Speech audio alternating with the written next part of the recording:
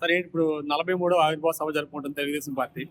జగన్మోహన్ రెడ్డి అంటున్నాడు ప్రజలను మోసం చేసి ఆవిర్భావ సభ జరుపుకుంటున్నారని చెప్పి అంటున్నాడు. ప్రజలు మోసం చేసింది ఎవరు?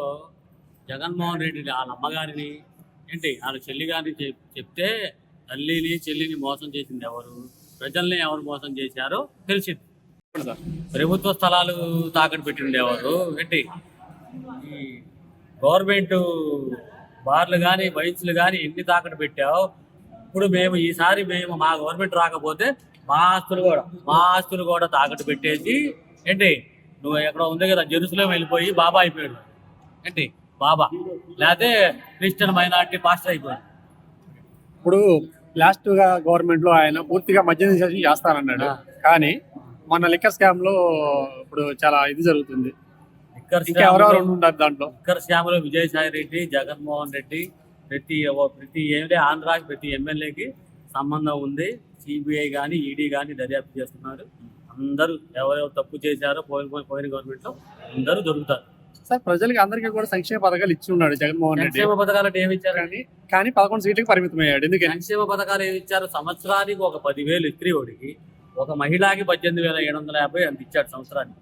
మేము పన్ను కడుతున్నాం, ఐటీ కడుతున్నాం, రెవెన్యూ కడుతున్నాం. ఎవరు డబ్బులు ఇచ్చాడంటే? సంవత్సరానికి నువ్వు 10,000 ఇస్తే సంవత్సరానికి 3 లక్షలు 4 లక్షలు మాకే అవుతాయి ఒక ఫ్యామిలీకి. సంవత్సరానికి ఒక 30,000 వేసుకున్నా ఎంత అవుతాయండి? 12 నెలలకి 3,60,000 అవుతుంది. 3,60,000 మాకు నువ్వు రాగానే ఫస్ట్ కరోనా, సెకండ్ కరోనా, ఇసుక ఆపేశావు. రైతు ఆత్మహత్యలు, ఇసుక కార్మికులు చచ్చిపోయారు. ఆటో నగర్ ఫీల్డ్ పడిపోయింది. ఎవరికి బాధ్యత? నువ్వు సంవత్సరానికి ఒక 10,000 18,000 ఇస్తే ఎవరికి లాభం అంటే? నువ్వు 3 లక్షలు 4 లక్షలు 5 లక్షలు మేము టోటల్ లాసు. నువ్వు రాగానే నువ్వు అడుగు పెట్టంగానే ఫస్ట్ కరోనా, సెకండ్ కరోనా, జనాలు వెలువెల్లాడిపోయారు. ఈ బిల్డింగ్ కార్మికులు కానీ వీళ్ళు కానీ అసలు ఎవరు బాగున్నారు నీ గవర్నమెంట్ లో? మరి అయినా కూడా రేపు పొద్దున్న కంపల్సరీగా నేను వస్తాను, మళ్ళీ 2.0 చూపిస్తాను అని చెప్పాను. 2.0 కాదు, 0.2 కూడా రాదు. ఈసారి 11 సీట్లు వచ్చినాయి, ఈసారి 2 సీట్లు కూడా రావు. కడప పులివెందుల్లో ఆయన పోటీ చేసేది పులివెందులు కానీ అది కూడా రాదు. నీ కార్పొరేటర్లు కానీ ఎమ్మెల్యేలు కానీ నువ్వు గెలవు. ఈసారి నువ్వు గెలవటానికి నువ్వు ఉంటే కదా. నువ్వు 40,000-2,000 కోట్లు నువ్వు దోపిడీ చేసావు. 120B 420 మొత్తం నీ మీద ఎన్ని కేసులు ఉన్నాయో మొత్తం రాష్ట్రానికి తెలుసు. అవునా? వైట్ కాలర్ నేరం నువ్వు చేసింది. ఏ ధైర్యంతో అంటున్నాడు మరి ఆయన? నేను ఈసారి కార్యకర్తలను మనం పట్టించుకోలేదు. అభిమానం ఉంది. రాజశేఖర రెడ్డి వాళ్ళ ఈయన అభిమానం ఉందనుకున్నా. ఈ అభిమానం మొత్తం 5 ఏళ్ళు మేము సంకనాగిపోయి చచ్చిపోయేదాకా వచ్చారు ప్రజలు. ఈసారి వేస్తామనుకో నువ్వు కళ. నువ్వు వేస్తారు ఈసారి నాకే ఉన్నారు, నేను 10,000 పంచా 18,000 పంచానంటే ప్రజలు పిచ్చోళ్ళు కాదు. ప్రతి ఒళ్ళకు స్మార్ట్ ఫోన్ వచ్చింది. ఎవడేం చేశాడు, ఏ వ్యవస్థ ఏం పని చేస్తుందో అందరికీ తెలుసు. సార్ ఇప్పుడు సంక్షేమ పథకాలు అనేవి కొన్ని ఉన్నాయి. ఇప్పుడు ఈ అప్పుల పరిస్థితిలో ఉన్న ఈ రాష్ట్రం ఈ సంక్షేమ పథకాలన్నీ కూడా వెళ్ళిపోయాడు. మరి ఇన్ని సంక్షేమ పథకాలన్నీ అమలు చేయడానికి సాధ్యపడుతుంది అంటారా? ఎందుకు సాధ్యపడదు? మాకు సెంట్రల్ గవర్నమెంట్, మాకు ఇది మన కూటమి ప్రభుత్వంలో నరేంద్ర మోడీ గారు, పవన్ కళ్యాణ్ గారు, చంద్రబాబు గారు ఒక ఎక్కడికెక్కడికి వెళ్ళో నీకు ఎలా సృష్టించాలో సంపద మా చంద్రబాబు గారు తప్ప ఎవరికి తెలియదు, మా లోకేష్ గారు తప్ప. సెంట్రల్ గవర్నమెంట్ మాకు సపోర్ట్ ఉంది, అందరూ సపోర్ట్ ఉన్నారు. మీకు వచ్చే 2 ఏళ్లలో అవుటర్ రింగ్ రోడ్డు కానీ, మీకు రైల్వేలు మెట్రో రైలు కానీ మీకు మా రాష్ట్రం కలగల్లాడిద్ది. అయితే ఇక మిగిలింది పోలవరం ప్రాజెక్టు, అమరావతి. ఈ 5 సంవత్సరాల్లో 2 కంప్లీట్ అయితే అంటారా?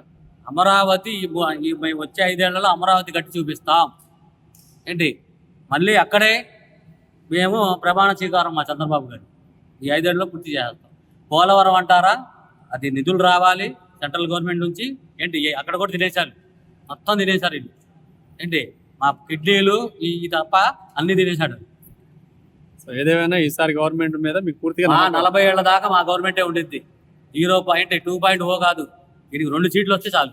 దువ్వాడ శ్రీనివాసరావు గారికి లేటెస్ట్ డాక్టరేట్ వచ్చింది సార్, దీని గురించి మీరు ఏమంటారు? దువ్వాడ శ్రీనివాసరావు గారికి డాక్టరేట్ ఇచ్చినట్టంటే ఇంకా మనం ప్రజాస్వామ్యం ఎంత కూనైపోతుందో దాన్ని బట్టి అర్థం చేసుకోవాలి. ఒక ఎలక్ట్రికల్ ఏఈ మీద దారుణంగా తిట్టి దాడి చేసి నీ సంగతి చూస్తాను, నువ్వు ఇక్కడ ఉద్యోగం ఎలా చేస్తాను బెదిరించినట్టు వ్యక్తికి డాక్టరేట్ ఇవ్వడం సార్. ఈ ప్రజాస్వామ్యం దువ్వాడ శ్రీనివాసరావు ఏమైనా పిహెచ్డీ చేశాడా? లేకపోతే ఏమైనా ఎంఎస్సీలు పిహెచ్డీ చేశాడా? ఇలా మేము డిగ్రీలు చదువుకున్నాం. ఇలా మేము స్వచ్ఛందంగా తెలుగుదేశం పార్టీలో 30 సంవత్సరాలు బట్టి పనిచేస్తున్నాం నిర్బంధంగా. మాకు పదవుల కోసం ఏ రోజు ఆశించలేదు. ప్రజల యొక్క సంక్షేమం కోసం ఏర్పడిన పార్టీలో మేము నిజాయితీగా పనిచేస్తున్నాం. మేము గ్రామాన సైనికుల వల్లే పనిచేస్తున్నాం. తెలుగుదేశం పార్టీకి ఎస్సీ బీసీ ఉన్నత వర్గాల్లో చాలా మంది ఇలా కంకణ పడి ప్రాణాలు అర్పించడానికి కూడా మా తెలుగుదేశం పార్టీకి మేము రెడీగా ఉన్నాం. అలాంటి వ్యక్తులకు డాక్టరేట్ ఇవ్వడం వల్ల అంటే ప్రజాస్వామ్యంలో కూని చేయడమే. చాలా మంది విద్యార్థులు కూడా అంటున్నారు, మేము డిగ్రీలు చదువుకుని ఉపయోగం లేకుండా పోతుంది, ఎవరికి పడితే వాళ్ళకి డిగ్రీ ఇలా ఇస్తున్నారు, డాక్టరేట్లు ఇస్తున్నారు అని చెప్పి అంటున్నారు. అదే సార్, నేను అదే చెప్తున్నప్పుడు ఇలాంటి వాళ్ళకు డాక్టరేట్ ఇవ్వడం సార్. ఒక నిరుద్యోగులు ఉన్నారు సార్, ఎంతో మంది ఉద్యమాలు చేసి వాళ్ళ హక్కుల కోసం పోరాడతారు, అలాంటి డాక్టరేట్ ఇవ్వాలి. ఇవాళ ఎంతో మందికి ఇవాళ కష్టాలు ఉండి వాళ్ళు తిండి లేని పరిస్థితి ఉన్నారు నిరుద్యోగులు చదువుకొని. మాలాటోళ్ళు కూడా ఇవాళ నేను బియ్యాలు చేశాను, కానీ మాకు కూడా ఎవరికి లేదు. కానీ ఇవాళ అలాంటి వ్యక్తులకి మాలాటో వ్యక్తులు గౌరవించాలి తప్ప అలాంటి వ్యక్తులు కూడా అంటే ఈ రాష్ట్రంలో ఈ దేశంలో కూడా వీళ్ళకి డబ్బునోళ్ళకి పేటేస్తుంది తప్ప చంద్రబాబు నాయుడు గారి నాయకత్వం నిజాయితీగా పనిచేసిన వాళ్ళకి పదవులు రావాలి తప్ప వీళ్ళ నాయకత్వంలో ఏ డాక్టరేట్ కానీ ఏది కూడా చెల్లదు. రాబోయే రోజుల్లో వైసీపీ పరిస్థితి ఏంటంటారు? రాబోయే రోజుల్లో ప్రజలు నిర్ణయిస్తారు సార్. మేము ఎందుకంటే ప్రజలకు మేము మంచి చేసామంటే మళ్ళీ మాకు ఓటేస్తారు, దాంట్లో తప్పదు. మేము కానీ తప్పు చేసామంటే మాకు పనిష్మెంట్ ఉంటుంది, కానీ మేము తప్పు చేయం. ఎట్టి పరిస్థితుల్లో ప్రజల సంక్షేమం చూస్తాం, ప్రజల సౌభాగ్యాన్ని చూస్తాం. అదేవిధంగా నిరుద్యోగుల యొక్క వాళ్ళకి ఉద్యోగాల్లో మొత్తం అన్ని కల్పిస్తాం. దేన్ని కూడా వదిలిపెట్టరు బాబు గారు, లోకేష్ గారు కూడా. ఈ నాయకత్వం కూడానే ప్రతి ఒక్కరు మేము కష్టపడి పనిచేసి ఈ తెలుగుదేశం పార్టీని మళ్ళీ వాడల గ్రామాన పట్టణాల్లో కూడా మళ్ళీ తెలుగుదేశం పార్టీ వచ్చేసి ఎన్నికల్లో కూడా రెపరెపలాడిస్తామని ఈ 43వ పార్టీ ఆవిర్భావ దినోత్సవం సందర్భంగా మీకు తెలియజేస్తాం. ఎలా ఉంది ఇప్పుడు ఈ గవర్నమెంట్ వచ్చిన తర్వాత ఇచ్చిన పథకాలన్నీ కూడా హామీలన్నీ కూడా నెరవేరుస్తుందా, నెరవేర్చట్లేదా? హామీలన్నీ కూడా నెరవేర్చడానికి బాబు గారు విశ్వ ప్రయత్నం చేస్తున్నారు. కొంత మన స్టేట్ లో లుస్కులో ఉంది కాబట్టి, మనీ లుస్కులో ఉంది కాబట్టి మోడీ గారు, అమిత్ షా గారు దీన్ని గట్టిగా దృష్టిలో పెట్టుకొని పోలవరం ప్రాజెక్టు ఇంకా వగేరా రోడ్లు అపరిమితంగా ప్రతి రోడ్డు దెబ్బతింది. ఈ నెల పనిచేస్తున్నారండి పవన్ కళ్యాణ్ గారు. ఎలా పనిచేస్తున్నారు పవన్ కళ్యాణ్ గారు? ఆయన పట్టుకున్నది గీసినట్టే. పవన్ కళ్యాణ్ గారు ఎలక్షన్ లో నిలబడినప్పుడు మా ఒట్టి మూర్ఖులు, ఆయనకి అసలు సీటే రాదు, ఆయన అసలు గెలవడు, అది ఇదని 1,00,000 మంది 1,000 మంది అనుకున్నట్టు నేను కొంతమంది నోటితో నేను విన్నాను. కామ్గా కూర్చున్నాను. ఆయన ఇవాళ ఉప ముఖ్యమంత్రిగా ఎదిగారు అంటే అది ప్రజల తీర్పు, ప్రజల ఎదుగుదల ఆయన వల్ల ఉంది. ఆయన చేయగలరు, చేస్తారు. చంద్రబాబు నాయుడు గారు, లోకేష్ బాబు గారు, పవన్ కళ్యాణ్ గారు ముగ్గురు కూడా ప్రజలు అనుకున్నట్టుగా ఉండదు. ఒకే తీర్పు, ఒకే గీత మీద నడుస్తారు, అన్ని పనులు చేస్తారు. ఒకరికొకరు సమాధానంతో బ్రహ్మాండంగా ఉంటది. పవన్ కళ్యాణ్ గారు ఇంకా ఎదుగుదల ఉండాలి అని చెప్పని రాష్ట్ర స్టేట్ తరఫున కూడా ఒకసారి ఎమ్మెల్యే అయ్యాడు, ఆయన కార్పొరేటర్ తక్కువ ఎమ్మెల్యేకి ఎక్కువ అన్నట్టుగా చెప్పి మాట్లాడుతున్నారు. అవన్నీ ఉట్టి మాటలు, చాలా పొరపాటు మాటలు. నాకు కూడా 65 ఏళ్ళు 67 ఏళ్ళు వచ్చినాయి కాబట్టి నేను చెప్తున్నాను, పవన్ కళ్యాణ్ గారిని తక్కువ అంచనా వేసుకున్నారు. ఆయన మహానుభావుడు. వాళ్ళ అమ్మగారు వాళ్ళ నాన్నగారు కన్నవేళ ఆయన తెలివితేటలో చిరంజీవి గారు ఒకప్పుడు కాంగ్రెస్ లో తిరిగారు. అయినప్పటికీ పవన్ కళ్యాణ్ గారు పుట్టిన నక్షత్రం వేరుగా ఉంది, బ్రహ్మాండంగా ముగ్గురు కలిసిపోతారు.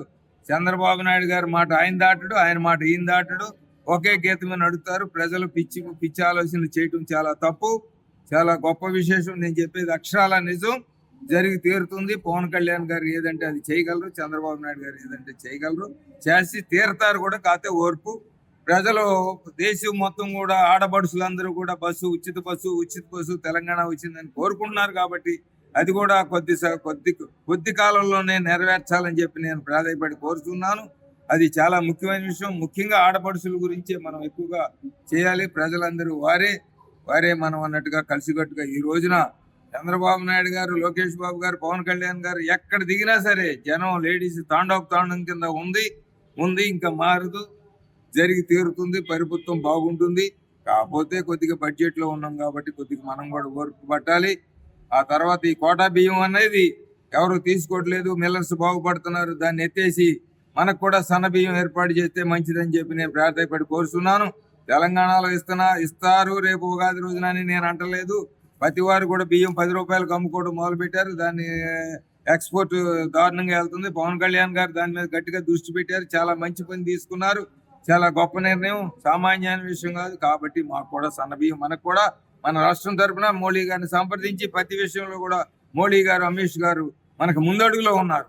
చంద్రబాబు నాయుడు గారు అనుకున్న గీత దాటరు, వాళ్ళు మంచి అభిమానంగా ఉన్నారు. కాబట్టి ప్రజల కోసం చేయాలని చెప్పి ప్రార్థించి బతినాడు తిరిగి వేడుకుంటున్నాను. ఏడుకొండలవాడ